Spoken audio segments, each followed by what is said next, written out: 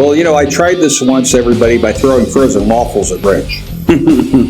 And it's the reason Rich has new teeth now. The Talking Gruse, bringing you the less serious side of the news. This episode is brought to you by literally anything. Water filters, beard oil, off-brand energy drinks. The boys are flexible. Now, your host, The Gruse. Picture this. A vegan firefighter staring down 40,000 pounds of flaming ribeye. A Smokey Bear is missing. A sponge slapper is chasing glory. And Rich just tried to pet a circus-colored shark because it looked friendly. Welcome to the Talking Gruse, where the facts are real, the logic is optional, and the co-host is still banned from the pre-taco show after the 2021 salsa incident. I am the Gruse, your host, and the man here who reads the teleprompter before the red light turns on. And back from his journey in the void is the man who once tried to return a taco because it didn't come with a seatbelt, the co-host, better known as Rich, and the reason our legal team keeps a stress ball in every room. Your wanted poster worked. I found myself on the milk carton. Yeah, good. How was your trip to the void? I don't remember much. The void, that's why.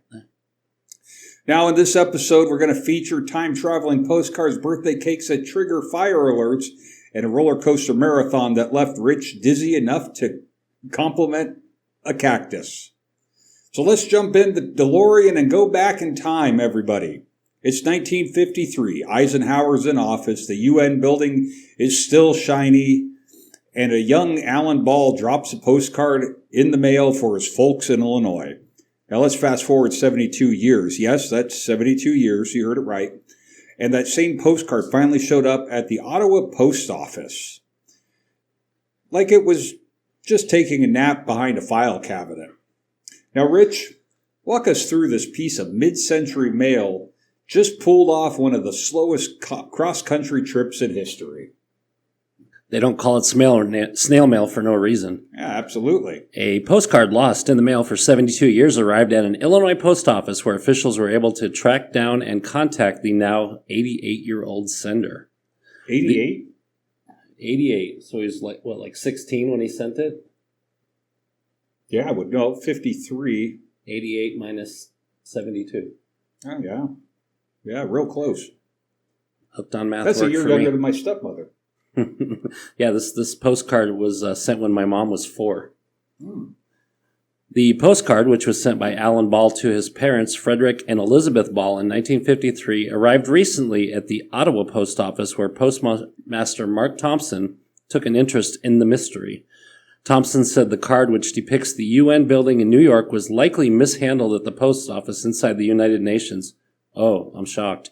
And ended up lost in a crevice or other unseen location for decades before finding itself back in circulation. And so they just said, oh, here, we found it. Let's just go ahead and put it back in. Who knows? Even though the address might actually not exist anymore. Right. So the postmaster enlisted the help of local genealogists to locate Alan Ball, who now lives in Sandpoint, Idaho. Ball, who was shown a digital image of the card, said he recognized his own handwriting, but he doesn't remember mailing the card. Well, he's 88. He probably doesn't remember much of anything. Yeah, exactly. Doesn't remember if he put underwear on this morning. He does, however. And my tablet. Everybody, Rich has technical difficulties all the time on a regular basis. So he does, however, remember spending a short time in New York on his way to a summer trip to Puerto Rico in 1953. Very good. Postcard's 72-year journey pales in comparison to a similar incident that occurred last year when a postcard arrived at its intended address in Swansea, Wales, 121 years after the date on its postmark. Hey, wow. Just old enough to receive Social Security payments. Yeah, exactly. And technical difficulties again. A Royal Mail spokeswoman speculated the postcard had somehow re-entered. If there's any company out there that wants to sponsor us for technology so he doesn't mess up, please reach out to us. As opposed to being lost in transit for over a century. That's well, how, you talk about snail mail. I mean, but how does something like that get lost for so long? And then it finally makes it. Now, I could understand it getting lost and then somebody finds it and just throws it out. Right.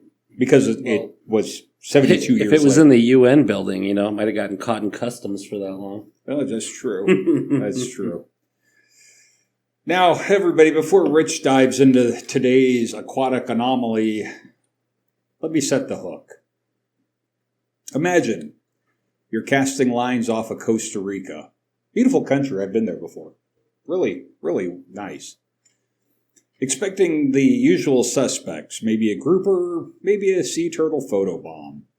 But instead, you reel in something that looks like like it swam straight out of a radioactive fruit basket. This isn't Photoshop, folks. It's the first scientifically documented orange shark ever recorded in the Caribbean. And yes, it's real. Now, I chose this story for two reasons, everybody. A, it's a very interesting story, and it's pretty darn cool. You'll see the picture of the shark up here in just a minute. But B, I want to see if the co-host can pronounce these names in here. So, Rich... That's what's going on here. Yeah. Okay. So, Rich, take us to Tarago, where marine biology just got a splash of citrus. That would be Tortuguero. No, I looked it up. How do you say it? Tarago. That's Tarago. Yep. It's like Coeur d'Alene, Idaho. Doesn't look like anything like that. Sure. A man fishing in waters off the coast of Costa Rica reeled in an unusual catch, the first documented orange shark. And if you guys can see the same picture I see, wow, that's pretty cool looking. Yeah, no, it is. It's very bizarre, but go on. Looks like he belongs in a Kool-Aid commercial. Oh, yeah. Exactly. Garvin Watson reeled in the 6'6" nurse shark while casting his line near whatever you said, National Park in August 2024. Tarago? Tarago. Not even close. It's spelled Tortuga. Tortuguero. It was incredible, Watson told USA Today. We couldn't believe what we had in front of us, an orange shark that looked like an alien. Watson, the owner of the Parismina Domus Day Hotel. Ooh, that was good. That's Latin. Yeah, all right. For who Spanish. knows what. It's Spanish, which is really close to Latin. And he shared photos of his catch on the business's Facebook page. And there's a few more photos here. Yeah, it looks like... it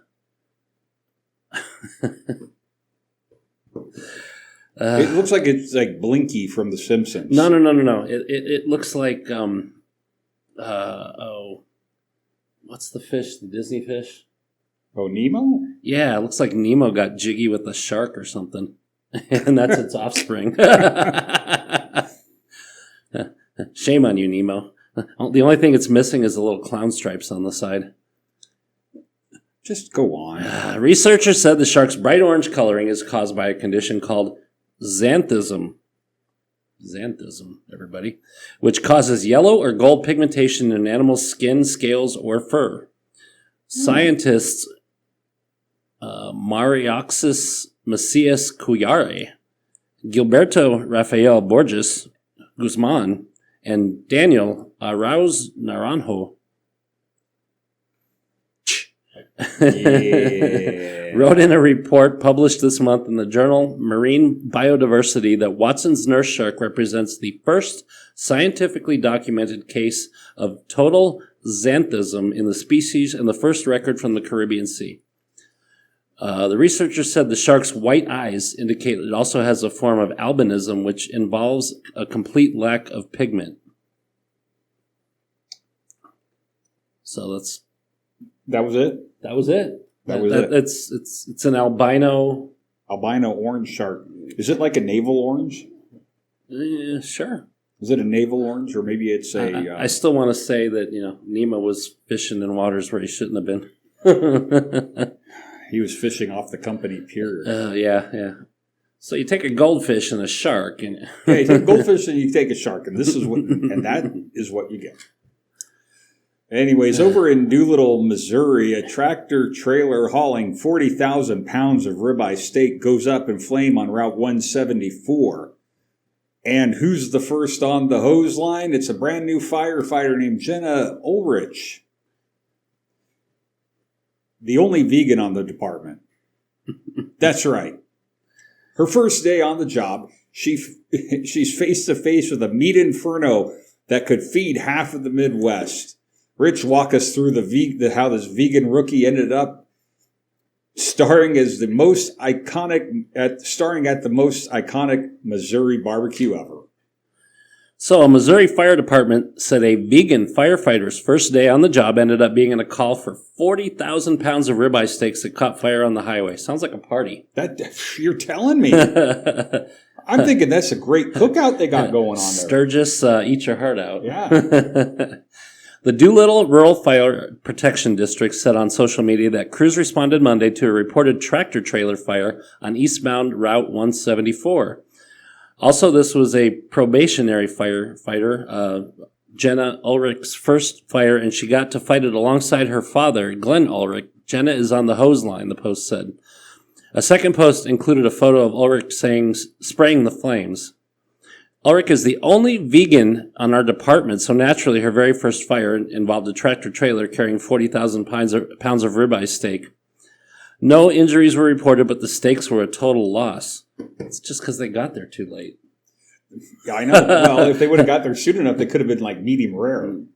I know, they would have been like, hey, get the hose of barbecue sauce out here. Well, and there Where's the A1? There was a story that I passed on when I was doing the putting the show together. There's a story I passed on, but it was only I saw it only after I put everything else together.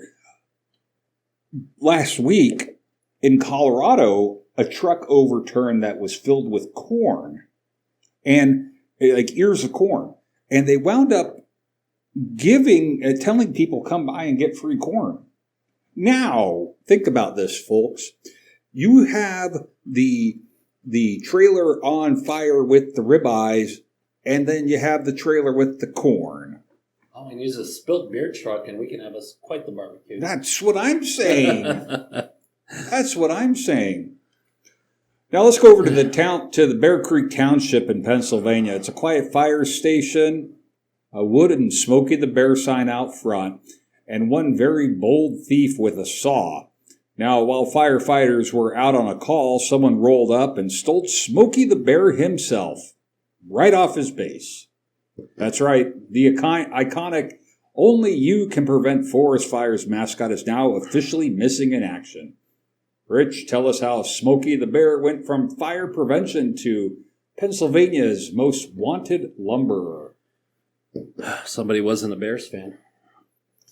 Yeah, but only you can prevent forest fires. A Pennsylvania fire department is asking for the return of a large wooden Smokey Bear sign taken from outside the station while firefighters were out on a call. You know, that takes some real guts to go do that right in front of the fire department. That's like Bart stealing the head off of Jeremiah Springfield. Yeah, right in front of the police station. Right. Bear Creek Township Volunteer Fire Rescue said on social media that the wooden sign vanished from the front of the station along Bear Creek Boulevard in Luzerne County. That doesn't sound like Boss Hog territory or anything. No, not at all. The sign features the image of a Smokey Bear pointing at the words, "Remember, only you can prevent forest fires." Firefighters returned to their station after a Monday night call to find that the sign had been apparently removed from its base using a saw. The department is asking anyone with information on the sign's whereabouts. Like the lumberjacks use? I don't know. No, I'm just saying. I mean, that would only be appropriate. Paul Bunyan cut it down. The department's asking anyone with information on the sign's whereabouts to contact the department or the Pennsylvania State Police. Anybody got, like, Ring doorbell footage of this? Yeah, I know. The fire department needs Ring. I know. Time to call Simply Safe. Yeah. Well, everybody, there's been a whole bunch of other strange news out there since we've last came in front of you. ttgnews.org will be back up and running with current news on it here shortly. So to recap, we had 40,000 pounds of ribeye steaks that went up in smoke. Smokey the Bear got kidnapped in broad daylight. And Rich still thinks fire prevention means not microwaving aluminum foil. I did that as a kid. Once.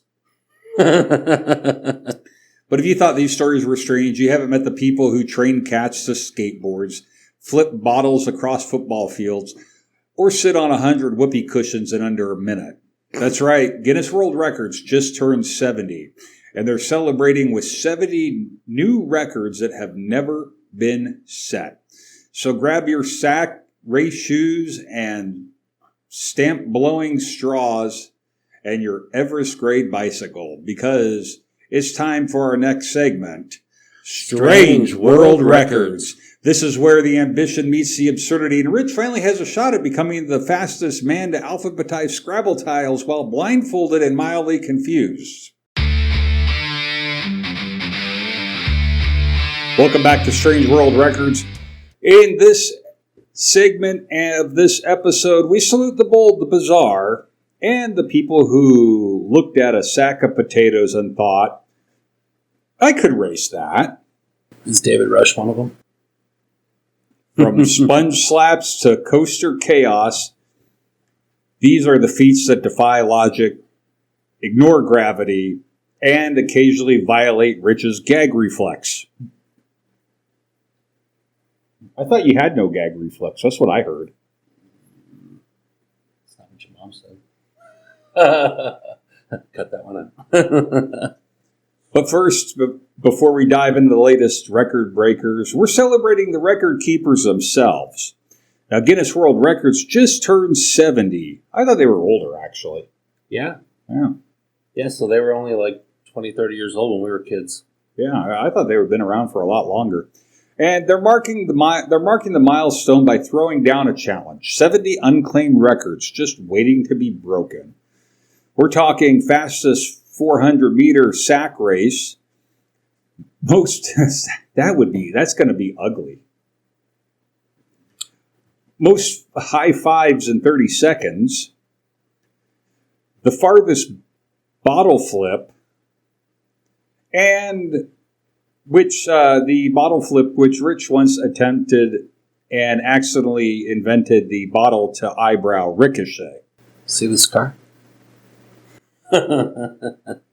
They've even launched a record selector quiz to match with you your perfect record attempt based on personality. So if you got fast hands, a coin, a cup, and questionable judgment, your moment has arrived. All right. Let's get into this. Guinness World Records is celebrating its 70th anniversary by challenging fans to attempt 70 unclaimed titles, including the fastest 400-meter sack race. That's got to be a fun one. Oh, that's going to be ugly. The record-keeping organization's anniversary falls on Wednesday, the 27th. 70 years after the very first Guinness Book of World Records was compiled in a room above a London gym and published on August 27th, 1955. The organization is marking the milestone by challenging... It's only 19 years older than me, and 18 than you. I mean, yeah. Wow. It's marking the milestone by challenging fans to take on 70 record titles that are tracked by Guinness but have never been set. Cue David Rush. The unclaimed records include the fastest 400-meter sack race, the farthest distance to bounce a coin into a cup, the farthest distance bottle flip, the most high fives in 30 seconds, the fastest time to build a 5-story playing card pyramid, the fastest time to make a burrito. I could get into that one. Mm-hmm. And the fastest time to arrange a set of Scrabble tiles in alphabetical order. Guinness is also launching a new record selector quiz on its website, which purports to match aspiring record breakers to appropriate titles to attempt based on their personalities. So everybody, after the taping of this show, we're going to go to Guinness World Records website and see if there's anything that works for both of us. And then see if we Team can do of two. As we mark the 70th anniversary of the release of our first edition back in the 1950s, we're proud to be building on 70 amazing years as the global curator of superlative facts and achievements. Craig Glenday, editor-in-chief of Guinness World Records, said in a news release, "We've seen so many iconic moments, the most amazing feats of strength and skill and endurance from talent across the globe, and long may it continue. We are now looking forward to celebrating the current and next generation of record breakers. We want everyone to be part of it, whether that's using our new record selector tool or having a go at one of our 70 unclaimed records. They're there for the taking." That's it. Yeah, I think we could go to that and see if there's anything on there that would fit us. I betcha. I bet we could. It would be a team of two, and we could figure out something and be on the world records. I still want to do the matchsticks up my nose one because I practiced that. I'll have to find those pictures, folks, and we'll put them up on the screen of when he was doing it. He was taking pictures and sending them to me. Ignore the blood. We'll leave that out. Now, speaking of records that leave marks, literally, serial record David Rush is back again. And this time, his face was the target. Now, Rush just reclaimed the Guinness title for most wet sponges hit in the face in 1 minute. Okay. A staggering 68 sloppy slaps delivered by his longtime partner in chaos, Jonathan Hollywood Hannon. The results, or the rules, I should say, each sponge must hit Rush square in the face. The strategy: eyes open just long enough to track the sponge, then shut before the scratchy side makes contact. Okay, we're going to do this one. You're the target. Well, I tried this once, everybody, by throwing frozen waffles at Rich. And it's the reason Rich has new teeth now. So, an Idaho man, our favorite, David Rush, took 96 hits to the face with wet sponges in a single minute. That just sounds wrong. But recapturing an unusual Guinness World Records title in the process. He and his frequent collaborator, Jonathan Hollywood Hannon, previously held the record for most wet sponges thrown in 1 minute, team of two with a total of 92, but they were later beaten by another team who managed 93. The record requires the sponges thrown by one participant, in this case Hannon, to strike the second participant, Rush, in the face. The real challenge: I need my eyes to open to track the sponge and make it to that micro adjustment, but shut a split second before the scratchy side smacks me in the eyeball, Rush wrote online. Then don't use a sponge that has the scratch pad on the back. Maybe you have to because of the weight. I don't know. I don't know. Wear protective goggles. Then, as soon as the water washes off, I've got to open them, immediately locate the next sponge. It's a nonstop cycle of precision timing. The duo managed to recapture the title with 96 wet sponge hits to Rush's face. Glutton for punishment, that Rush. Rush, who holds more than 181 Guinness World Records titles, said the latest achievement marked his 47th jointly held record with Hannon. What's he going to do for the 200th title? I don't know. There's 70 undone 70 ones. undocumented ones. Right. There we go, Dave. Get to work.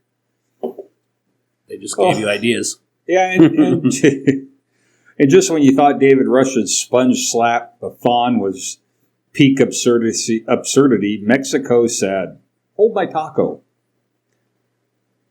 Welcome to La Discada 2025 in Guadalupe, Nuevo Leon, where 100 culinary students fired up a 23-foot frying pan, cooked 5,331 pounds of stir fry, and served 13,215 tacos in 1 hour. Wow. That's actually pretty interesting numbers right there. It's not 40,000 pounds of ribeye. No, it isn't, but it's real close.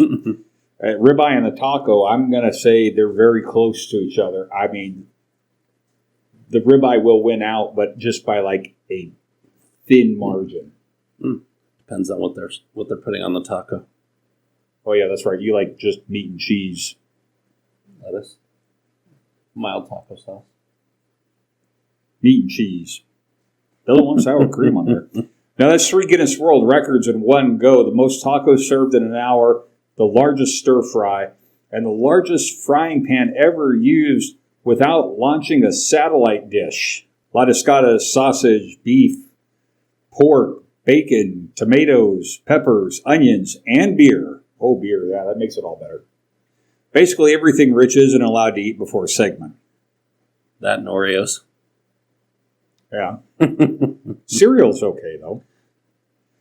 Now, they cooked it over a wood fire for nearly 4 hours, then fed 10,000 festival goers and donated leftovers to local food bank. Now, Rich, how many tacos would it take to distract you from stealing Smokey Bears' hat? What hat?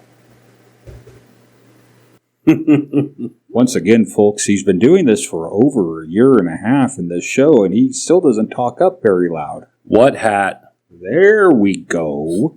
Sorry, I was drinking my Smart Water, which isn't working. If you'd like to sponsor, Yes. Go ahead. A festival in a Mexican city served 13,215 tacos in 1 hour, and in the process also broke the Guinness World Records for the largest stir fry and the largest frying pan. The La Discada 2025 festival in Guadalupe, Nuevo Leon, involved a team of 100 culinary students using a 23-foot diameter frying pan to prepare a stir-fry dish called La Discada, which contains sausage, beef, pork, bacon, tomatoes, peppers, onions, and beer. Take out the tomatoes, peppers, and onions, and I'm good. I want a little plain on plain with a little extra plain. Just meat it up. And lettuce would be good. The stir-fry cooked for 3 hours. Is that how you get your fiber? What, lettuce? Lettuce, yeah. No. I eat. No. But, well, they used to be power bars, but power bars don't exist anymore. Oh, wait, that's protein. The stir fry cooked for 3 hours and 40 minutes over a wood fire, and the 5,331 pounds of cooked food were then turned into tacos, served the festival's 10,000 plus attendees. The event earned 3 Guinness World Records. The most tacos served in 1 hour, the largest stir fry, and the largest frying pan. The leftover tacos from the event were donated to a local food bank. Well, that's good. At least they, the leftovers they did something good with. St. Vincent de Paul. Well, I don't know about down in Mexico. You remember good old Alfred Tennyson? Yep. Is he back? No, he's not back. He didn't rise from the dead. Oh. I forgot. Yeah. Him and Chuck Woolery went the same week. Yeah. Kind of like Hulk Hogan and Ozzy. Yeah. Same week. And while some folks are chasing records with tacos and wet sponges, one woman in Britain just broke a record by simply sticking around. Let's meet Ethel Caterham, the world's oldest living person. She officially is the oldest Brit in recorded history. She just celebrated her 116th birthday in Surrey, England. That sounds like it's a bad name. Here in Surrey, England. Now, she was surrounded by family, great-grandkids, and a care home staff who now referred to her as the time traveler. Now, Ethel's secret: say yes to every opportunity and keep a positive attitude and do everything in moderation, except aging. She's clearly done that in bulk. Yeah, she outlived the Queen. Yeah. Now, Rich, how many candles do we need before your fire safety plan kicks in again? Well, less than 116. So Ethel Caterham, the world's oldest living person and the oldest British person ever on record, celebrated her 116th birthday in Surrey, England. Caterham was certified as the world's oldest living person by Guinness World Records and LongeviQuest. That must be new. I haven't heard of LongeviQuest before. No, I never have either. So on April 30th, following the death of Brazilian woman Ina Canabaro Lucas at the age of 116. Caterham celebrated her 116th birthday on Thursday. Her sister Gladys Babilas died at the age of 104 years and 78 days in 2002. Caterham outlived both of her own daughters, but has 3 granddaughters and 5 great-grandchildren. A spokesperson for the care home where Caterham lives says she would not be giving any interviews for her birthday, opting to instead to spend the day celebrating with her family. The representative says Caterham would make an exception if King Charles called. Caterham, who holds the Guinness World Records for I the would oldest... too. I mean, if I was in England. Yeah. If the king called me to wish me happy birthday and I was in England, I would be like, okay, cool. It's like I would say, I would let the president, whoever the sitting president is, just call and say happy birthday. And that's about it. I would just be amazed. Yeah, that's true. Go ahead. So Caterham, who holds the Guinness World Record for the oldest living person, oldest living woman, and oldest British person ever, was once asked for the secret to her long life by the Salisbury Journal. Say yes to every opportunity because you never know what it will lead to. Have a positive mental attitude and have everything in moderation. Even a little... Never mind. Trying to keep it family friendly here. Yes, sponsorship friendly. That. I mean, congratulations, Ethel. Here's to you. Yeah. Cheers. We'll drink a pint later. Yeah, another sponsorship available for Ribeyes here. My favorite energy drink. Well, there you go. I'm just going with plain coffee because I need to be caffeinated to stay sharp for this show.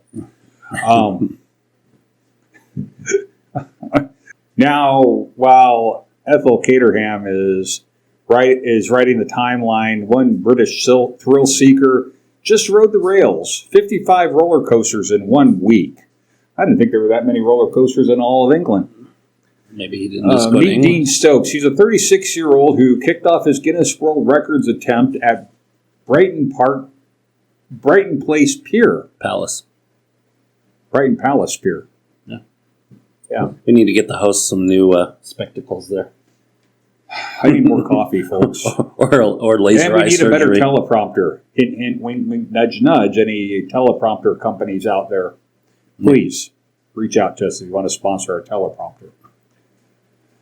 At the Brighton Palace Pier and wrapped it up at the Thorpe Park in Surrey. Well, there we go. You could have said hi to Ethel. Right? Taking her along for the ride. Yeah. His goal to ride every roller coaster in Britain and Ireland. His method, ignore gravity, ignore nausea, and apparently ignore weather delays, which still knocked out 2 parks midweek. Dean's favorite ride, the iconic Blackpool Pleasure Beach at the icon at Blackpool Pleasure Beach. Rich's favorite ride, it's still the shopping cart he crashed into a pyramid of canned beans back in 1994. He had to clean them up. Go ahead. Let's read about this. An amusement park aficionado from England is on a quest to ride every roller coaster in Britain and Ireland, and he broke a Guinness World Record by boarding 55 of the thrill rides in a single week. Guinness World Records announced Dean Stokes, 36, is the inaugural holder of the record for the most roller coasters ridden in 1 week after surpassing the record-keeping organization's goal of 30. He smashed that sucker. Nice. Almost doubled it. Nice. That's excellent. Yeah. I visited my first theme park as a teenager and quickly realized I love the adrenaline rush, Stokes told Guinness World Records. I enjoy finding new theme parks to visit and taking in the whole ambiance, from theming, the music, and through to the rides themselves. He started his attempt August 2nd at Brighton Palace Pier and ended 1 week later at Thorpe Park in Surrey. Stokes said his original plan was to ride more than 60 coasters in 1 week, but weather led to 2 theme parks being unexpectedly closed in the middle of the week. Only in England. He said his favorite coaster of the attempt was the Icon at Blackpool Pleasure Beach.